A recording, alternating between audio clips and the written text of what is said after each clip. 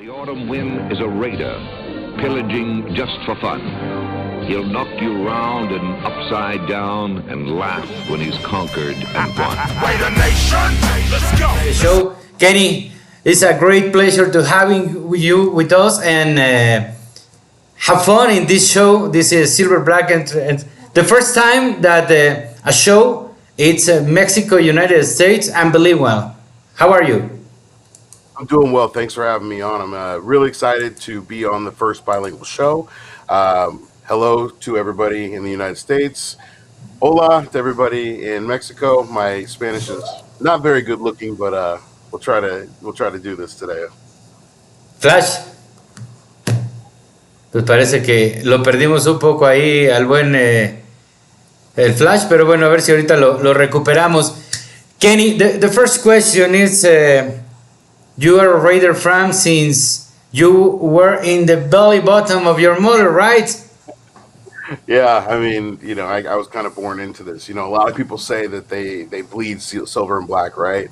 I really do bleed silver and black. My dad played for the Raiders through the '80s, won 2 Super Bowls, and so I feel like I was born into the Raider Nation. I feel like I was born into the fandom. I was born into the craziness that is being a Raider fan, and this is something that I've been my whole life. And so, yeah, I mean, I was a Raider fan before I even knew I was going to be a Raider fan. Kenny, when you grow in the locker room of the Raiders, you see a team pretty different. I have the fortune to be there a couple of times as a reporter, and when you're a fan, you see a team pretty different.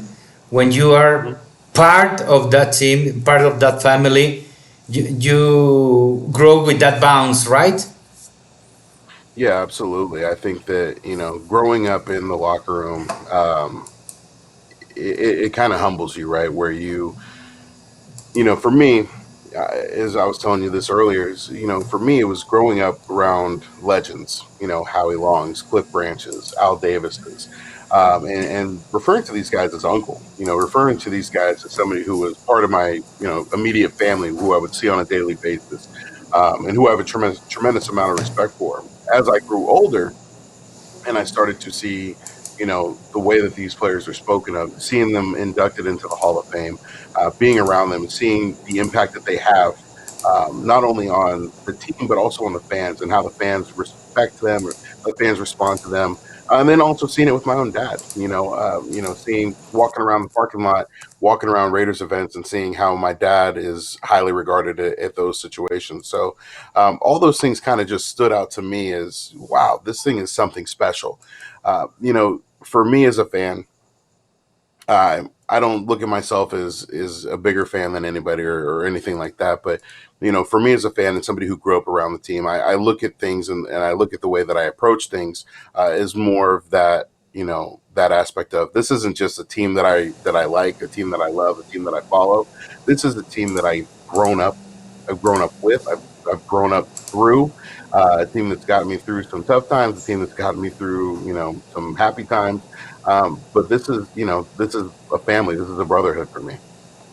All right, and that stuff it gives you something advantage or some advantage from other people who talk about the team, right? You have the connections with former players and regular players right now, right? Yeah, through our podcast, Cody does a really good job of building relationships with the current players, and I kind of leave that to him. He does all the booking, and so it's not even leaving that to him. It's his podcast. I'm the co-host. He does all the work. I'm just a face. I'm a pretty face, but I'm a face. But really, it's he does all the work in getting the guests in, booking the people for us to speak to.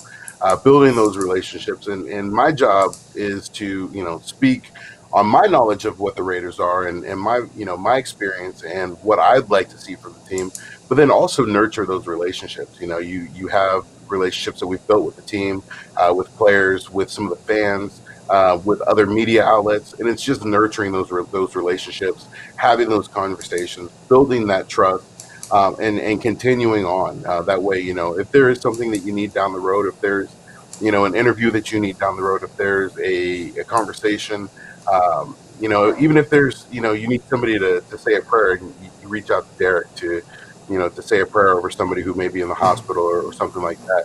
You've built that relationship where something can be done. How do you see the last 17 years of the Raiders? Losing seasons, many quarterbacks, many coaches, many things that frustrate fans, right? How do you see that? I mean, when you look at the past 17 years for the Raiders, it's easy to see why people are upset. It's easy to see why people are disgruntled. It's easy to see how people can get fed up off of things because we've had 17 plus years of sometimes mediocrity, sometimes less than mediocrity. We've had a couple decent seasons thrown in there. We've had one good season thrown in there, one playoff season in the past 17 years. You can see why, these things add up and why fans frustrated. You can also see some of the things that we had, these past 17 years that are now turning the corner these next few years. You're seeing continuity. You have John Gruden, who signed a long-term contract. You've got Mike Mayock, who had a tremendous draft last year. This draft class looks to be amazing. You've got Derek Carr, who's finally third year in the system with, the same head coach. You haven't had that before. So you're getting continuity in this team. You're getting continuity in the system. You have guys that believe in what they're doing. You look at, the workouts that they're doing in Vegas right now. There's 30 guys out there in 100-degree temperature running around in the sun. And they've built chemistry. They've built continuity. This is a team that is looking to be a cohesive unit, and they look to be ready to move forward and take that next step into being a playoff team and not just a team that's good on paper. I believe that Derek Carr is one of the most underrated quarterbacks in the league. What do you think about it? I don't think it's an underrated thing. I think it's an underappreciated thing.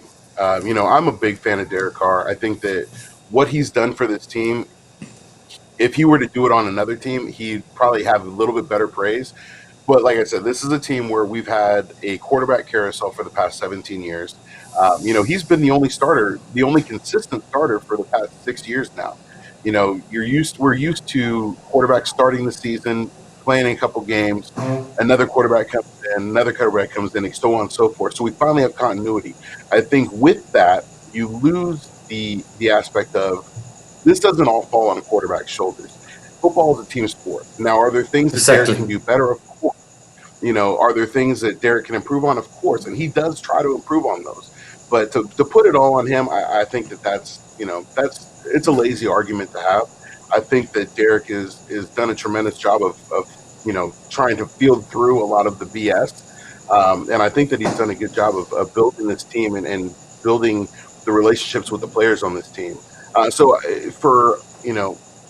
would say underappreciated is probably the better way to go about it because, you look at all the things that he's gone through, and I compare it to Alex Smith, right, where Alex Smith had the same kind of issue, pushed around in San Francisco, finally gets to Kansas City, starts having a little bit of success, and then he gets hurt.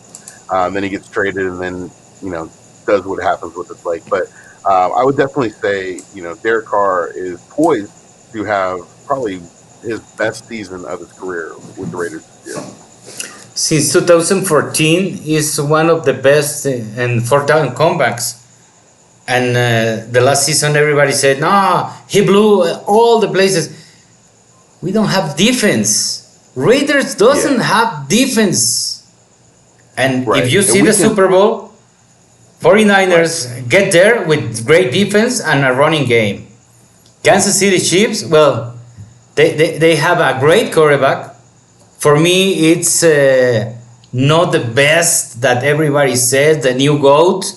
I think that Pat Mahomes is like Russell Wilson in one time, or even Colin Kaepernick. They shine the league, and now every defensive coordinator is going to put some pieces in the puzzle to stop them. I think that any quarterback can be stopped if you build the right defense. You look across the board where you have, Tom Brady, Aaron Rodgers, Peyton Manning. There's always going to be a defense that can stop them. I think that right now, that's what defenses are trying to find with Mahomes. Mahomes is one of the best quarterbacks in the league right now. I'm not going to take anything away from him. I think that he's playing at a tremendous level. I think that he also has the aspect of he has a lot of speed on his team. He has a lot of he's got a lot of playmakers that he has with him, and they've built that trust where they can be a little bit more elusive. They can do things that throw off those teams. So that's where you see Mahomes. I think that when you look at some of the running quarterbacks that run first, that's always a question that comes into your mind is, how will they sustain? I think that one of the things that you see with KC is they've got a pretty good offensive line, and they do a pretty good job of protecting Mahomes. Obviously, for the Raiders, our number one goal is to stop Mahomes and to get past the Chiefs. And the good thing is we have an opportunity this year where we're actually going in Arrowhead earlier in the season where it's not Yes, freezing right. cold.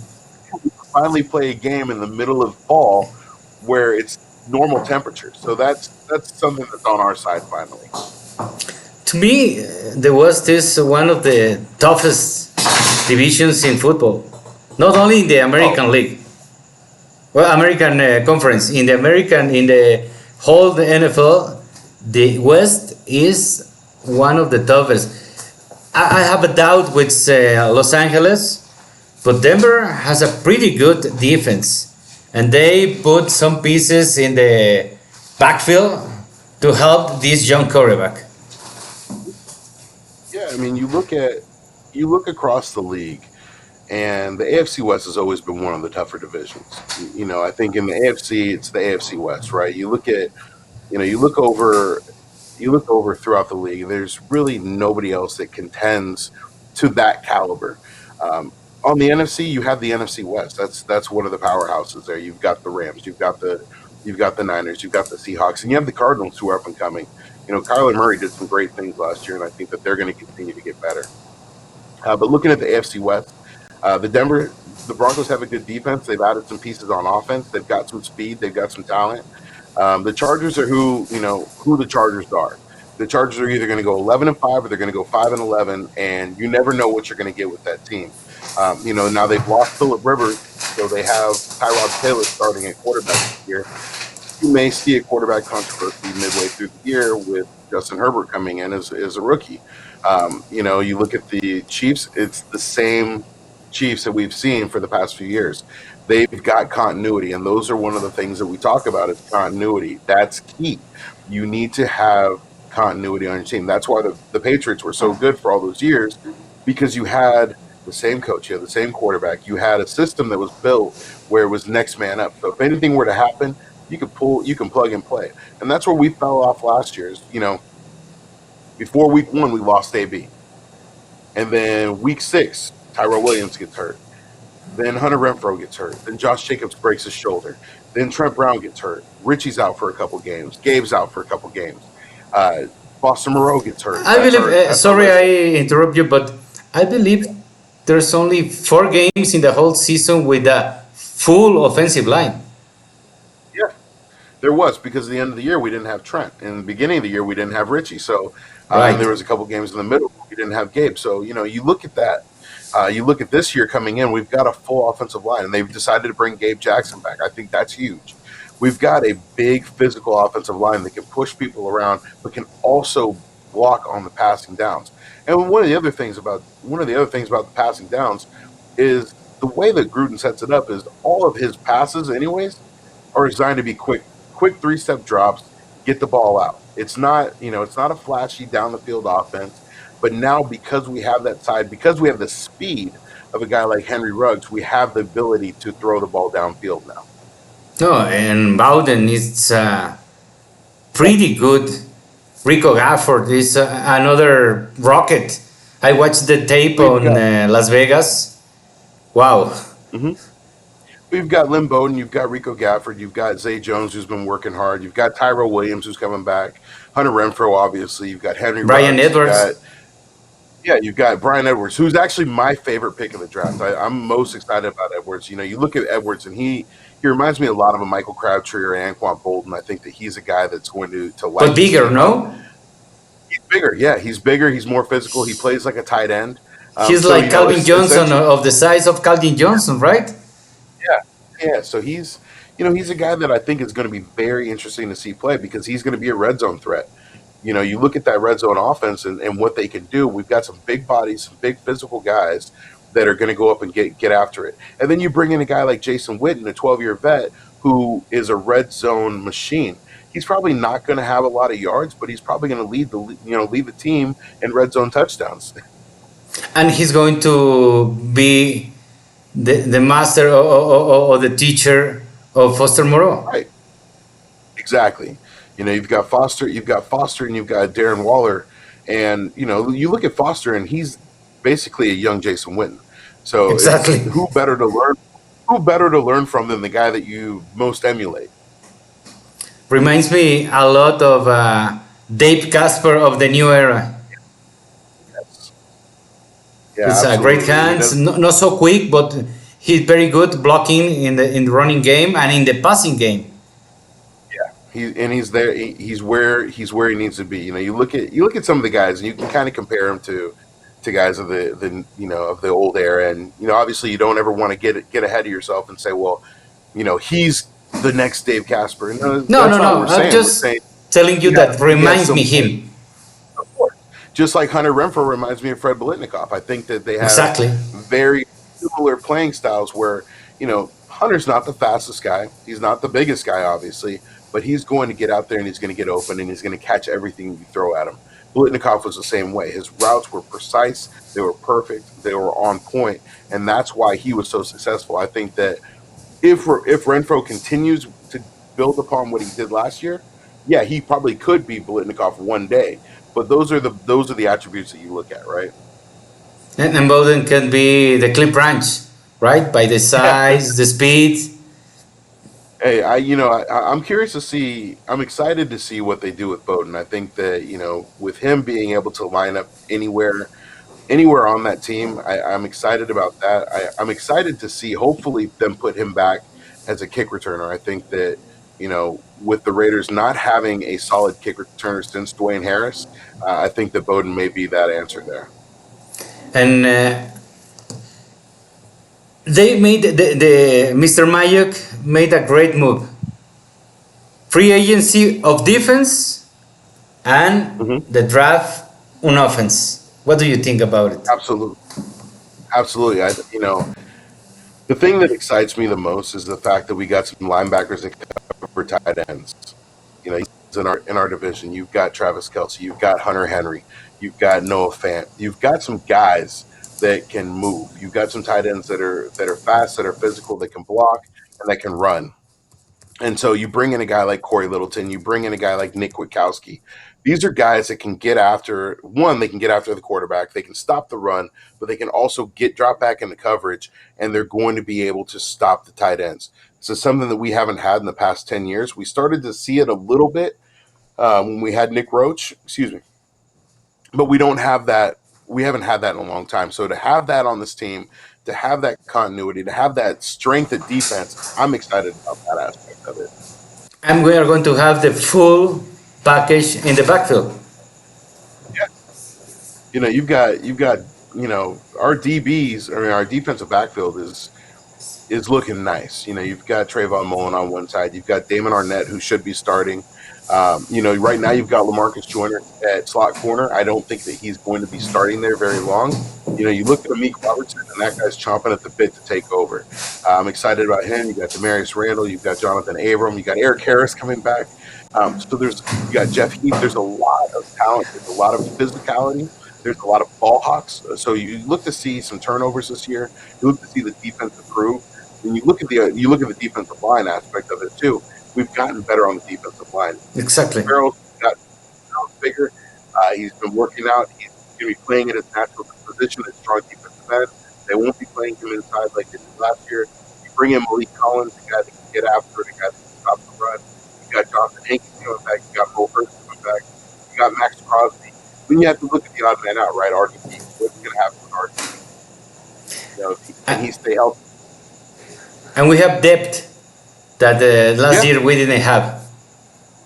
And that's one of the things that they address is that, towards the end of the year, we had a very, very young and rookies making the transition from a 12-game season to a 16-game season. It takes a toll on your body.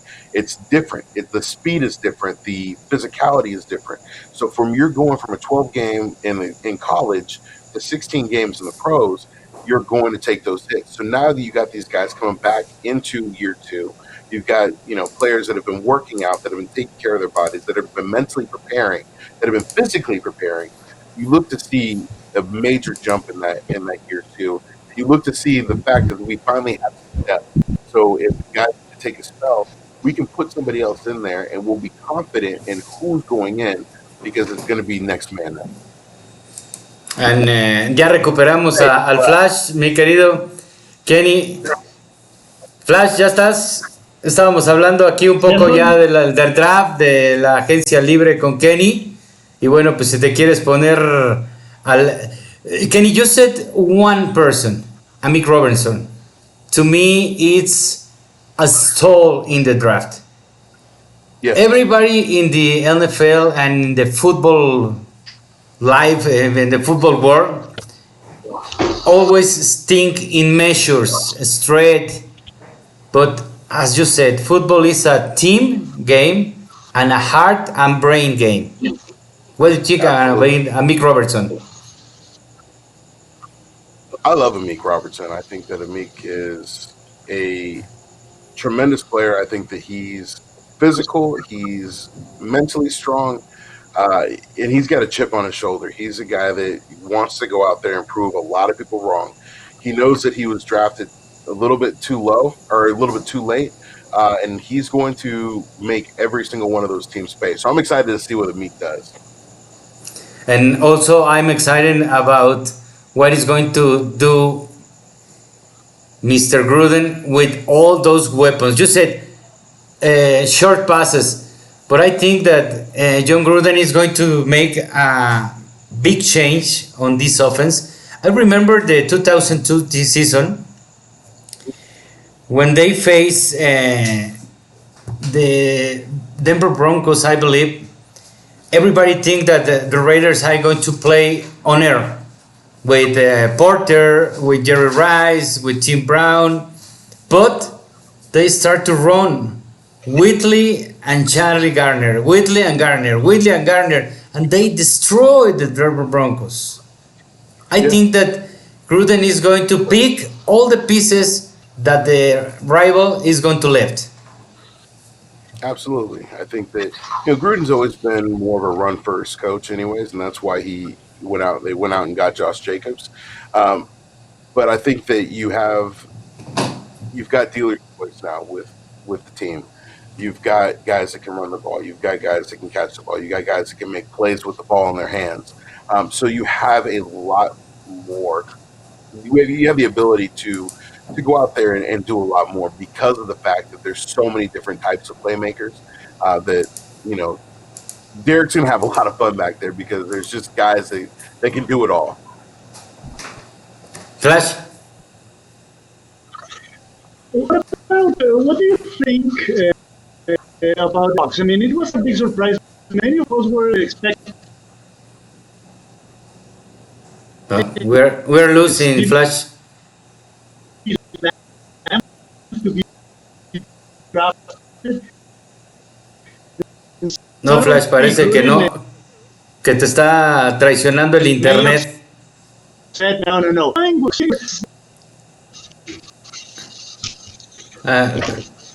Sorry, Flash, I didn't hear the full question. No, I know. He's having trouble with the internet. Now with all the Zoom conference and everything, the internet in the world is going crazy. Yeah, no doubt. Okay, I know, yes. Ahí estás, perfecto, Flash. Ahora sí. About Henry Rocks being drafted. I mean, many of us think that be a surprise, though. No, creo que no. Yes, But I think that Flash is the question is what do you think about Henry Rock being drafted in the first? this It's a surprise. fitting receiver. Go Yeah, ahead, it was. I Kenny. mean, it was a yeah, absolutely. It was a surprise, and we Cody and I we had a live show, and I was when we picked him, we had all three receivers on the board, and I was banging the table for CD Lamb, um, and my buddy Grizz was like, "No, Ruggs is the guy. Ruggs is the guy. Ruggs Grizzly is the was guy." a great fan of him. Grizz is a huge, huge Ruggs fan, and in talking to Grizz and watching Ruggs' game tape, I'm excited about Ruggs. I think that you look at guys like Tyreek Hill, and he's everything that he does everything that Tyreek does, but he has more versatility. He's also has way less off-field issues.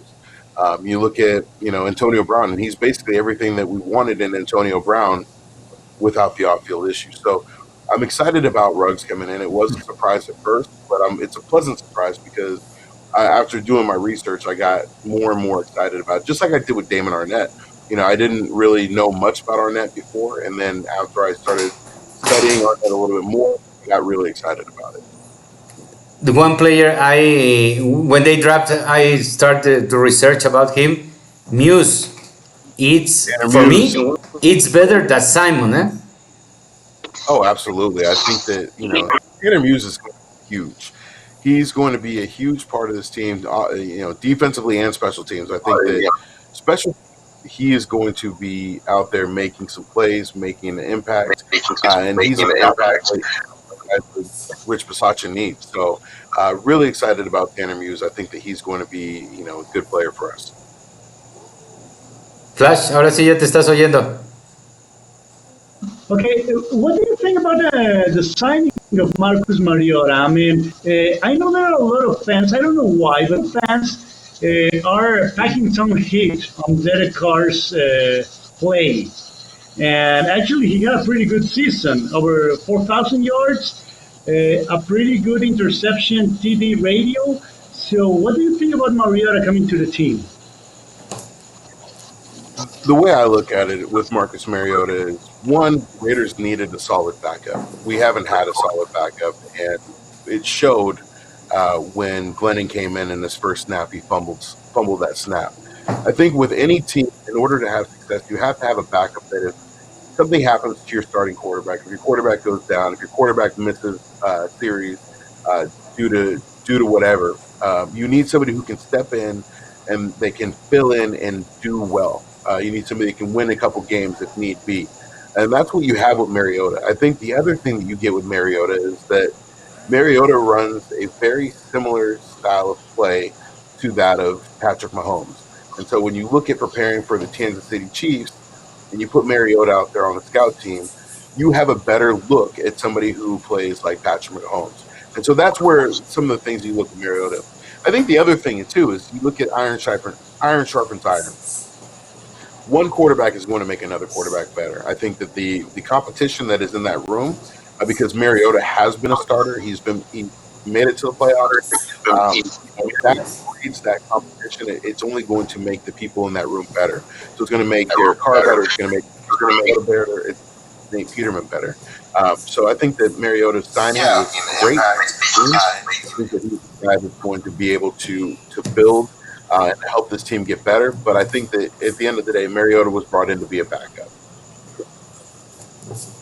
¿Algo más, Flash, que quieras preguntarle aquí? Okay, what are your expectations? I mean, the team has been improving ever since John came. I mean, the first the season was improved 9. What do you expect for the next season?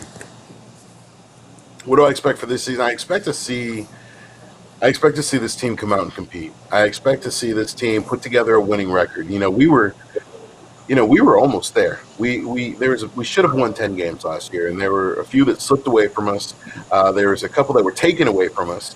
Where the refs had screwed us on a couple games. We had a couple games where Offense didn't look good. We had a couple games where defense didn't look good. There were issues all around. I think that you look at this and you look at the tape from last year, and that's what this team has been doing, is looking at the tape, figuring out how they can improve on what they did the year before. I expect to see this team with their winning record. My record prediction was always 10-6, and I'm predicting this team to be a wild card team. I think that it's very feasible, especially with the seventh wild card team being added in. But I think that the Raiders do have the opportunity to possibly take second place in the division, and hopefully split with KC. Hopefully win one game. If the win is in KC, that it's even better. But I think that the Raiders have an opportunity to have a winning season and to make it to the playoffs this year and to win a playoff game. I think that the first place of the division, like you said, it's pretty difficult. Kansas City is a pretty good team. They have the self-esteem on the top of the Everest, and it's difficult to beat them, right? You have to take them down. Exactly. But I a car believer, like Flash said, he has a pretty good season. I remember that day was Christmas Eve when he broke near Christmas Eve when he broke the fibula. Those Raiders were appointed to go to New England, beat them, and then be in the Super Bowl. So there's no difference between that car and this car. No, I think the only difference is that year they had a defense that was getting turnovers, and they had an offense that they got really lucky in certain spots. I think that you look at the playmakers that we have now, and on paper we have a better team than we had in 2016. So I always hate looking back to the 2016 years, as it was our one playoff year, but I think that this is a team that is poised to win for a while. Flash. Yeah, those Raiders were on a huge roll, and yeah, they were meant to be on the Super Bowl. Didn't happen, and it was pretty hard. I mean, I think. Well, tell me, but I think the Real lost the control of the locker room, and right now I see a team that is very, very, very focused, very disciplined. I mean, if there's one thing you can count on with John Gruden is that his team be way much more disciplined than before. Absolutely. And we saw it happen the first time. I think it's happening again. So I think maybe I think that possible high. I mean, we are big fans, so if you make it out of the West on top, well, you have done a huge favor to yourself in order to get out the playoff run. Absolutely. I think that you hit the nail on the head. This is a more disciplined team. This is a team that is comfortable talking to their head coach, to their general manager, talking to each other. They've built good relationships with everybody that they have around them. You can see that when they're out there with their workouts. And so I think that this is something different. This is completely different. I think that they didn't have an open forum when Del Rio was there. There was a lot of scrutiny, and you can kind of tell. Especially, when Del Rio was out last year and he was working for the networks, and Raider questions would come up, or you see him on Twitter, he would get very defensive about a lot of things. And so that speaks volumes. It speaks volumes to your leadership. If you're a strong leader, you don't have to be defensive about how you lead your team, about how you are with your team. I think that, you look at some of the confidence that John Gruden has, that Mike Mayock has, that Derek Carr has, that Josh Jacobs, Trent Brown have. And that's because they have the confidence in their team. They have the confidence in the players. They have the confidence that, everybody knows that they're doing the right things. I think that, you saw Del Rio not have that confidence, and people started talking. When people are let go, a lot of people started talking. That speaks volumes. And now that they are training in Las Vegas, it's when the friendship and the community build, right? Yeah. Yeah. I like the community between this team, and I like Max Crosby. I believe is going to be a leader of this team. What do you think about the tattoos of the Raiders, of the players of the Raiders? I love it. I love it. I think that it shows, that these players are one, they're Are committed, validated. right? Yeah, they're committed, but I think too it shows that they're grateful. You look at, one of the things that you talk about for professional athletes is, these guys are getting paid millions of dollars to do to play a kids game, but this is a job that not everybody can do. So, the biggest thing that always frustrates me is when you have the people that knock the players are like, well, you're getting paid millions of dollars to do this kids game. Well, if this is just a kids game, why aren't you playing? And that's always my take on it. But you look at these guys, they're grateful for the opportunity. They're grateful for the fact that they were drafted by one of the greatest organizations in the National Football League of all time. The Raiders are one of the most historically great fan bases, teams, franchises in the National Football League. There's so much history of this team, especially with you guys in Latino culture. The first Latino head coach, the first Latino quarterback to win a Super Bowl.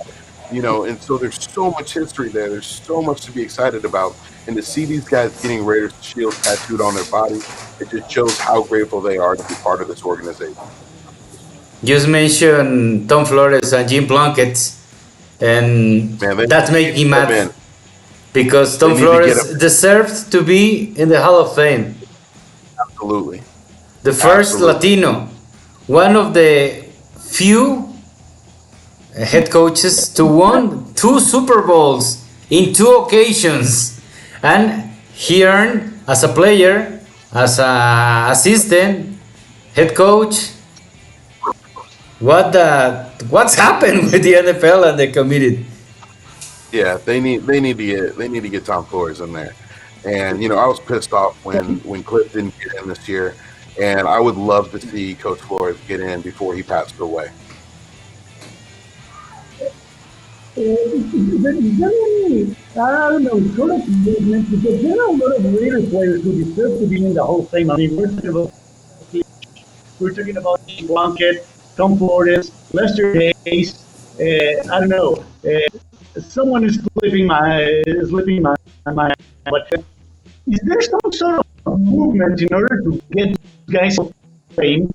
And if it's not a movement, how can we start it? We don't want Tom Flores to get into the Hall of Fame after he has passed away like Ken Taylor did.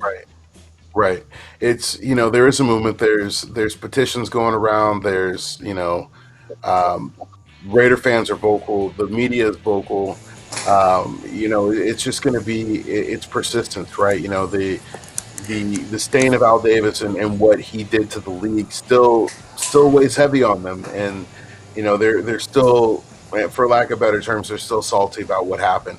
And I think that they need to get over it because there's so many players that are qualified. Cliff Branch should have been in the Hall of Fame way before Lynn Swann. You look at Tom Flores. Tom Flores deserves to be in the Hall of Fame more than almost anybody out there. Jim Plunkett deserves to be in the Hall of Fame. If they're talking about, Phillip Rivers as a potential Hall of Famer, why isn't Jim Plunkett in that conversation? So those. It's a great question, Flash. I think that it's just continue to push the narrative. It's continue to push the fact that the Raiders need to go in. That you need to keep pushing people in, but it's also strengthening that and getting into the media's head and the writers' head that are voting on these players to go in. You see Bill Cowher get inducted. You see Jimmy Johnson get inducted over Tom Flores. It's a slap in the face. I think that the 100 years it will be the great door for Tom Flores, but they didn't do it. Yeah, No, so I think if this year they didn't get Tom Flores to the Hall of Fame, it's going to be a shame. Yeah, I agree. I agree. What about Las Vegas, the fan base in Las Vegas? You already talked with some fans in Las Vegas because the tickets are so expensive if they can't go to Yeah, the because stadium, right? Yeah, tickets are only expensive to for resale. The ticket prices weren't too bad if you actually bought season tickets. It was more of Okay. the PSL. They lowered the PSL, and it does cost more than it did in Oakland. But yeah, the resale is crazy. But just like with anything, prices go down. Prices go down. Raider fans are going to go. They're going to show up. I've talked to a lot of people, and there's been some people that said they're not going to go.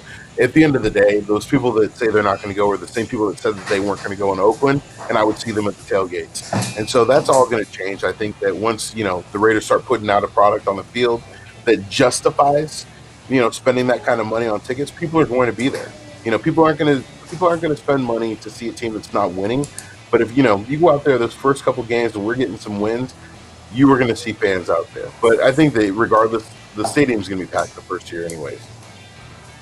¿Algo más que quieras agregar, mi querido Flash? Porque Kenny pues, también tiene compromisos. No parece que perdimos yeah, ahora no, but sí. Ahí estás, Flash. when John Gruden, when they were saying, well, he spent 10 years in the booth. He was calling the Monday Night Football games. He was not coaching. Now, I don't know. Maybe my Raider fan side of me wants to believe everybody is starting to change their mind. But how do you see it? How is the media Yeah. right now? My perspective of it was, yes, John Gruden's in the booth for the past 10 years calling games.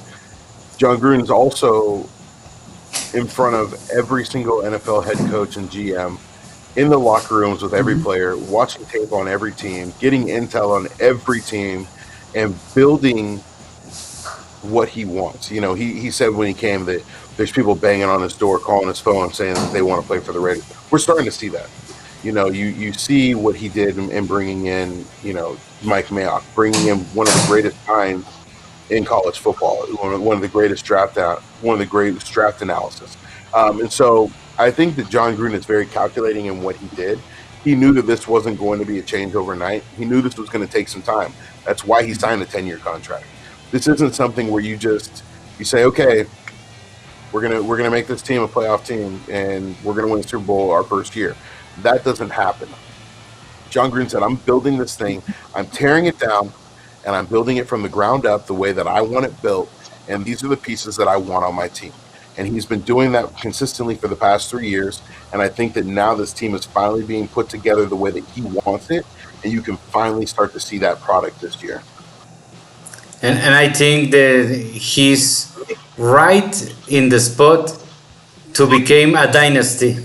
Everybody's going to say I'm crazy, but I'm right there. we with have you. quarterback, we have running back, offensive line young, great defense. I think that he made the right moves with the thing that everybody hate, Khalil Mack, and then Amari Cooper. But like in chess, he moved a piece, another piece, and he opened the game. Absolutely. I think that it was a calculated move. It was a chess move. The Khalil Mack trade freed up so much cap space for us. We were able to get Trent Brown. We were able to sign perfect last year. Able to draft Josh Jacobs. We were able to get Damon Arnett this year. Able to get Brian Edwards. So all those pieces fell in. The Amari Cooper trade. I mean, we came out smelling like roses on that. We got Amari Cooper. We got rid of Amari Cooper for a first round pick, and they ended up paying Amari Cooper $20 million a year, and which we were never going to do. So we ended up looking great on that. And if Jonathan Abram plays the way that everybody thinks that he could play, it's going to be phenomenal. So I'm really excited about what he's done. I'm excited about the moves. I hated the fact that we had to see Khalil Mack go because I'm a huge Khalil Mack fan. It's like crazy in my closet, but that's life. Bien, Flash, pues una última pregunta para Kenny. No, eso era todo, mi querido Rigo. Well, Kenny, pues we have to thank you, and this is going to be the first. We are going to have many communications in this 2020 season if the season starts, right? Because we didn't know. Absolutely. Nobody knows. Yeah. Well, I appreciate you guys having me on. Exactly. Finish. Oh, no, I was going to say, I appreciate you guys having me on. It was a great opportunity. Like I said, I'm excited to be on the first bilingual show. So I appreciate that. I know that we've been going back and forth for a while trying to make this happen. I was glad that we were able to get it to happen. Which is your Twitter and your YouTube? Oh yeah. Twitter, you can find me at what is it? At Kenny King _Jr. And on my YouTube is Kenny King. You can just look it up, Kenny King Raiders, and I'm right there. You can see this ugly face, and check me out. And also Cody, that I'm going to convince him to be here in a couple of weeks. I'll strong arm him. I'll make him do it. Okay. I'm going out to Vegas with him. I'm going out to Vegas with him in 2 weeks, so I'll be in his ear the whole time. Okay. Well, Kenny, it was a pleasure, and see you next time. Awesome. Thank you, guys. Thank you very much. All right. Thank you. The autumn wind is a raider, pillaging just for fun. He'll knock you round and upside down and laugh when he's conquered and won. Wait a nation, let's go.